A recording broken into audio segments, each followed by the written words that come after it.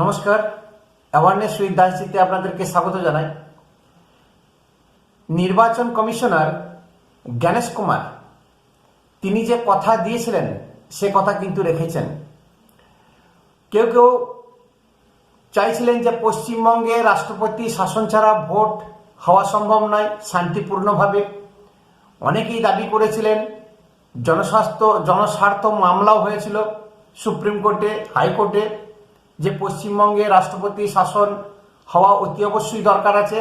তার কারণ এখানে আইনের শাসন হয় না, শাসকের আইন চলে। এবং এক নায়কতন্ত্র যে শাসন ব্যবস্থা পশ্চিমবঙ্গে চলছে, যার জন্য প্রত্যেকটি মানুষ, প্রত্যেকটি রাজনৈতিক দলের একটা ইচ্ছা আকাঙ্ক্ষা ছিল যে রাষ্ট্রপতি শাসনের মাধ্যমেই এখানে বিধানসভা ভোটটা হোক। আমরাও কিন্তু ভেবেছিলাম যে রাষ্ট্রপতি শাসন এই হলো বলে, যা পরিস্থিতি বা যেভাবে এগিয়ে যাচ্ছিল, উত্তপ্ত মুর্শিদাবাদে মুহুর্মুহ যে দুর্ঘটনা, বেলডাঙ্গা, মোথাবাড়ি এবং এসআইআরকে নিয়ে যে বিশাল বড় একটা কেওয়াস, বিশাল বড় যে একটা ঝামেলা লাগানোর ব্যবস্থা অলরেডি করে ফেলেছিল স্বয়ং মুখ্যমন্ত্রী, সাংবিধানিক পদে বসে থ্রেট দেওয়া, মানুষকে ভয় দেখানো, মুসলিম জাতিকে মুহুর্মুহু ভয় দেখানো, বিজেপি জুজু দেখিয়ে এনআরসি সিএ দেশ থেকে বিতাড়িত করবে, যতদূর সম্ভব থ্রেট শেষ মুহূর্ত, শেষ দিন পর্যন্ত উনি দিয়ে গেছেন। শাসক দল টিএমসি তারা যে গুন্ডা বাহিনী, তাদের যে একটা পুরাতন কালচার, থ্রেড কালচার, ভেবেছিল এইবারে আরো হানাহানি করে আমরা চতুর্থবারের মতন রাজত্ব করব। জ্ঞানেশ কুমারকে পর্যন্ত ছাড়েনি, সুপ্রিম কোর্টকে পর্যন্ত ছাড়েনি। জ্ঞানেশ কুমারের আঙুল কেটে নেবে, কেলিয়ে দেশ থেকে বার করে দেবে। যার যা মুখে এসেছে সে তা বলেছে ছোট বড় নেতা, even TMC supremo Mamata Bandyopadhyay, second in command Abhishek Bandyopadhyay, প্রত্যেকে জ্ঞানেশ কুমারের কাছে প্রত্যেকটি খবর ছিল এবং এমনভাবে তার নিরাপত্তা বাহিনীদেরকে এখানে নিযুক্ত করেছেন, এটা রাষ্ট্রপতি শাসনেরই বিকল্প। হয়তো রাষ্ট্রপতির মোহরটা লাগেনি, মিলিটারি নামেনি, কিন্তু যারা এখানে এলো, যে সমস্ত ফোর্স, বিএসএফ, আইটিবিপি, আইআরবিপি, সিআরপিএফ, যত রকমের ভারতে সিএপিএফ আছে, সবাইকে কিন্তু এখানে জ্ঞানেশ কুমার নিযুক্ত করে দিয়েছিলেন। সব থেকে লজ্জার ব্যাপার, পশ্চিমবঙ্গ সাংস্কৃতিক ধারক এবং বাহক, কালচারের নাকি ধারক এবং বাহক। মানুষ খুবই বুদ্ধিমান, জ্ঞানী, শিক্ষিত। এই যে কবি ভাব আর ছন্দের অভাব, এই বাঙালি যে এরকম, বা বাংলা যে এরকম গণতন্ত্র তৈরি করে রেখেছে,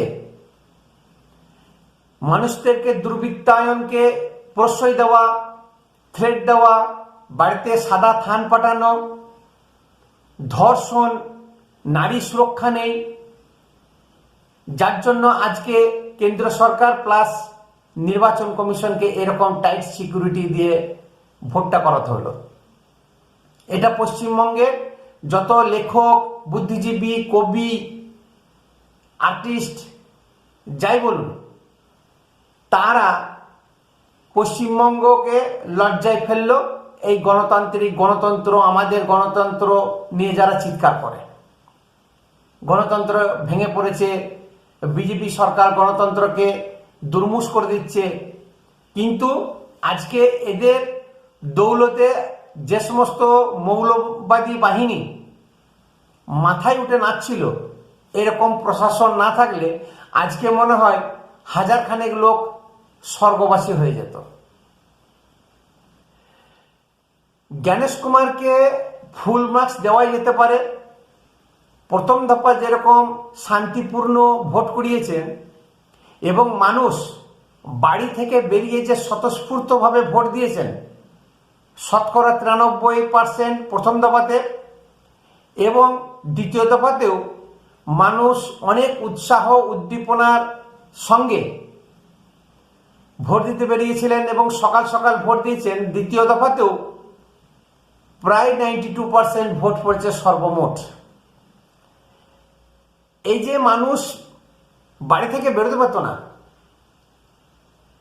ভোট দিতে পেত না, নিজের ভোট নিজে কোনোদিন দিতে পারেনি, যা গল্প শোনা গেছে কেউ 18 বছর বয়সে দিয়েছে, 55 বছর বয়স হয়ে গেল, সে এই বছরে ভোট দিল। গণতান্ত্রিকভাবে যে মানুষকে রুখে দেওয়া যায় বা গুন্ডাগিরি করা যায় গণতান্ত্রিকভাবে, সেটা কিন্তু বামফ্রন্ট সরকার শিখিয়ে দিয়ে গিয়েছিল। তারই ফর্মুলাতে আজকে টিএমসি আরো ব্যাপক হারে সন্ত্রাসী কারবার করে তারা কিন্তু এই 15 বছর টিকেছিল। দুপুরের বেলাতে যে ছাপ্পা ভোট করতো, যে র্যাগিংটা হতো, সেই জিনিসটা কিন্তু সম্পূর্ণ রুখে দিয়েছে।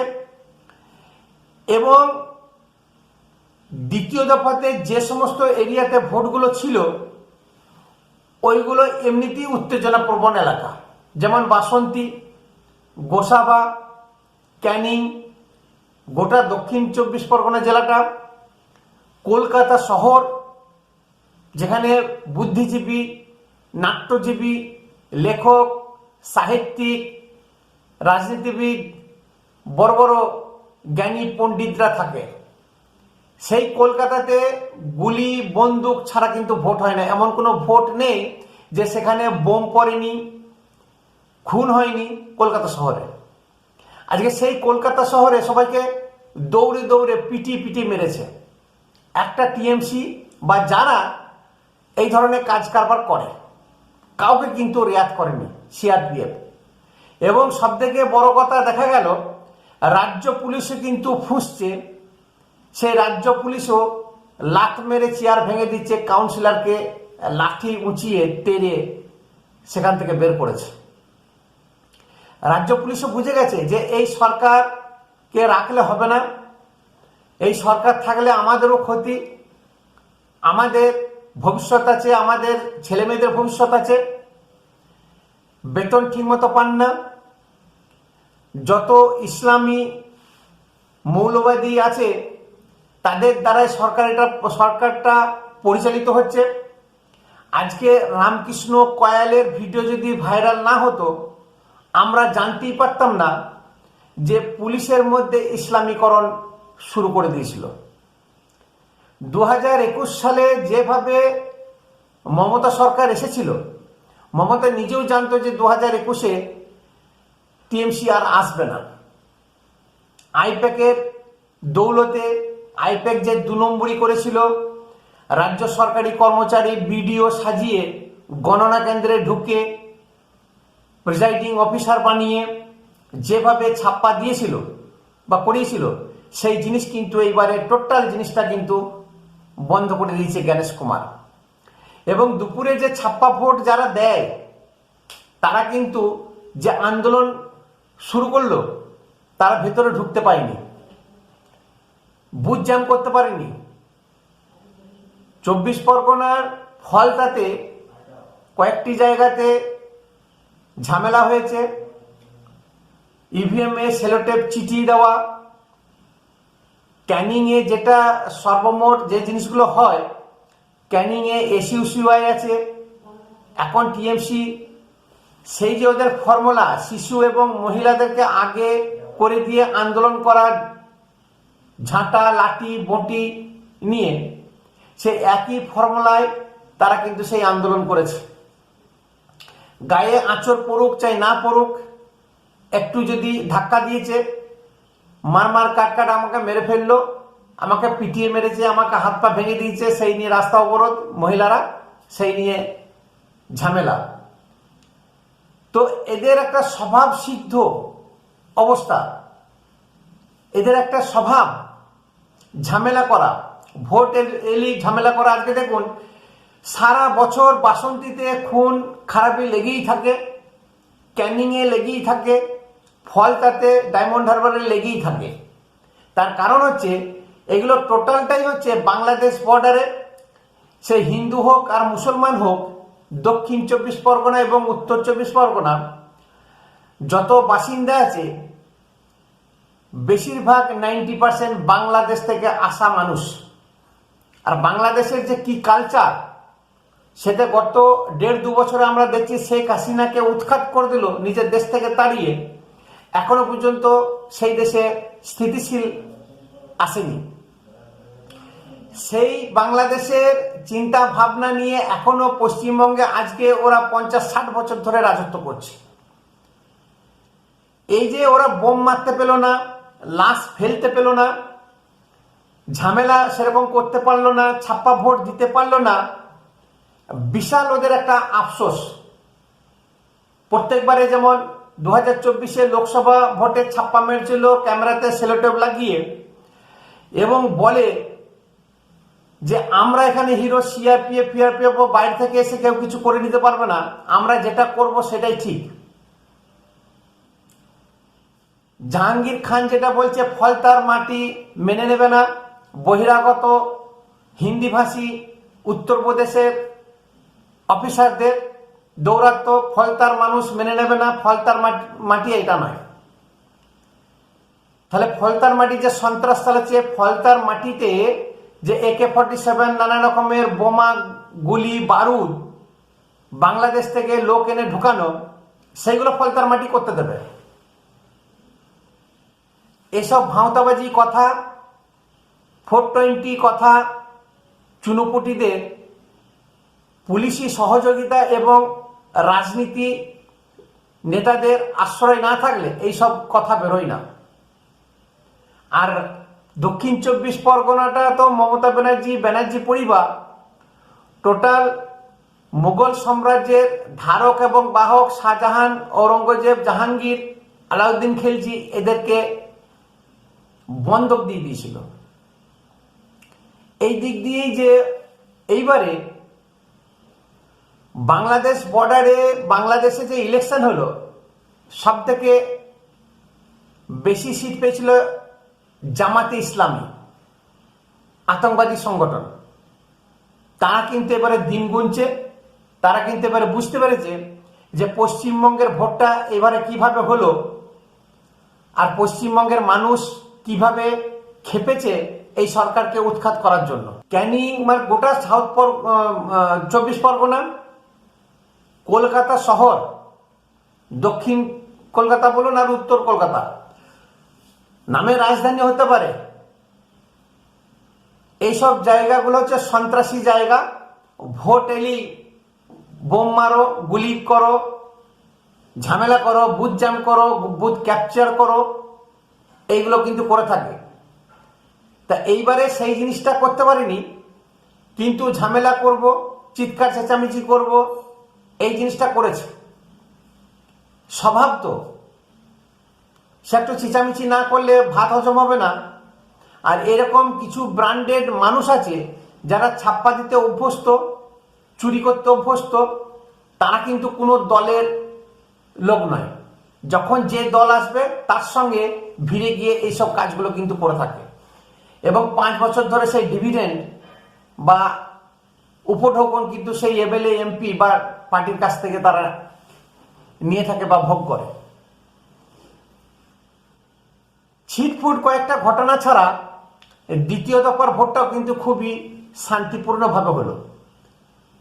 জ্ঞানেশ কুমারকে ধন্যবাদ দেওয়াই দরকার, যেতেই পারে, খুবই সুন্দরভাবে ভোটটা করালেন। এবং সিআরপিএফ এর যিনি হেড জিপি সিং, ভোট পরবর্তীকালেও আরো 500 কোম্পানি সিআরপিএফ মোতায়েন থাকবে পশ্চিমবঙ্গে।